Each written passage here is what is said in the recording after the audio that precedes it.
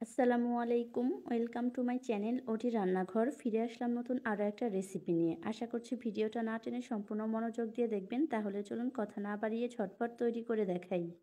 এখানে প্রায় 1.5 কেজির মতো আমি হাড় চবড়ি সহকারে মাংস নিয়েছি এখানে 2 টেবিল চামচের মতো পেঁয়াজ বাটা, পেঁয়াজ কুচি, 2 টেবিল চামচের মতো রসুন বাটা, 2 টেবিল চামচের মতো আদা বাটা, দিয়ে দিচ্ছি কিছু কাঁচামরিচ কুচি, 1.5 টেবিল চামচের মতো বাদাম বাটা, 1 চামচের মতো কিশমিশ বাটা, আর দিয়ে দিচ্ছি 1 টেবিল চামচের মতো টমেটো সস, দিয়ে দিলাম মরিচের গুঁড়া 2 টেবিল চামচের মতো, দিয়ে দিলাম স্বাদ মতো লবণ, আর টক দই প্রায় 2 টেবিল চামচের মতো, আর জিরা বাটা 1.5 টেবিল চামচের মতো।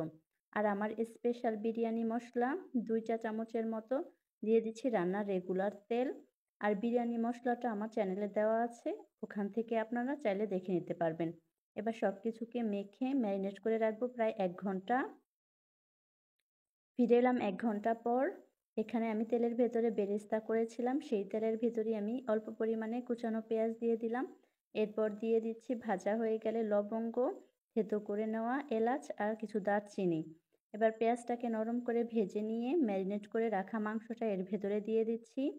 আর মাংসগুলো দেওয়া হয়ে গেলে খুব সুন্দরভাবে নেড়ে চেড়ে মিশিয়ে নিয়ে ঢাকনা দিয়ে ঢেকে মাংসটাকে কষিয়ে নেব প্রায় 10 থেকে 15 মিনিট পর্যন্ত। মাংসটা যত বেশি কষাবেন ততই ভালো হবে। ফিরে এলাম প্রায় 15 মিনিট পর, আর দেখুন মাংস থেকে যথেষ্ট পরিমাণে পানি বের হয়েছে, আমি কিন্তু কোনো পানি ব্যবহার করিনি। আর কষানো হয়ে গেলে এই পর্যায়ে গরম পানি এখানে আমি অ্যাড করে দিচ্ছি পরিমাণ মতো, আর এই পানিতেই পুরো মাংসটাকে রান্না করে নেব। এরপর ফিরে এলাম যখন মাংসটা 80% এর মতো সেদ্ধ হয়ে গেছে আর ঝোলটাও কমে গেছে, ওই পর্যায়ে ফুড কালার আর লবণ দিয়ে ভেজে রাখা আলু অ্যাড করে দিচ্ছি, আর পেঁয়াজ বেরেস্তার সঙ্গে চিনি মিশিয়ে অ্যাড করে দিলাম কিছুটা, আর দিয়ে দিলাম 1.5 চামচের মতো আবারও সেই রান্নার বিরিয়ানি মশলা। এবার আমার আলুটা প্রপারলি কুক হয়ে গেছে, ঢাকনা দিয়ে ঢেকে আমি রান্না করে নিয়েছি বেশ কিছুক্ষণ। এখন আমি চলে যাচ্ছি মূল প্রসেসে।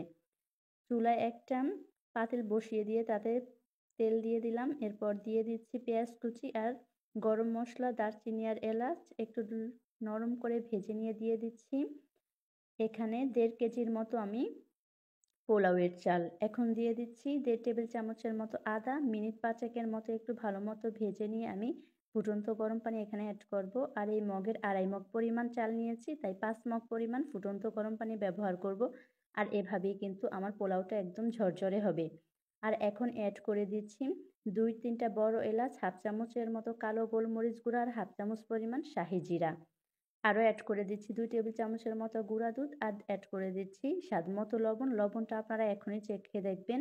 এবার সব কিছুকে ভালো মতো নেড়ে চেড়ে মিশিয়ে নিয়ে ঢাকনা দিয়ে ঢেকে রান্না করে নেব পানিটা একদম টেনে যাওয়া পর্যন্ত। পানিটা যখন টেনে গেছে ওই পর্যায়ে ঢাকনা তুলে প্রায় অর্ধেকের বেশি অংশ পরিমাণ রাইস আমি তুলে নিচ্ছি। আর তোলা হয়ে গেলে ওখান থেকে মাংসের অর্ধেকটা পরিমাণ এখানে দিয়ে দিচ্ছি, আমি 2 লেয়ারে করে নেব। দেওয়া হয়ে গেলে দিয়ে দিচ্ছি কিশমিশ, কাজু বাদাম আর কাঠবাদাম কুচি। আর এগুলো দেওয়া হয়ে গেলে দিয়ে দিচ্ছি পেঁয়াজ বেরেস্তা সঙ্গে চিনি মেশানো, দিয়ে দিচ্ছি কনডেন্সড মিল্ক 2 চামচের মতো, দিয়ে দিচ্ছি 1-2 চামচের মতো একটু ঘি। সব দেওয়া হয়ে গেলে আবারও একটু রাইসটা দিয়ে ভালো মতো মিশিয়ে নিচ্ছি উপর থেকে। এভাবে করে আমি 2টা লেয়ার তৈরি করে নিয়েছি।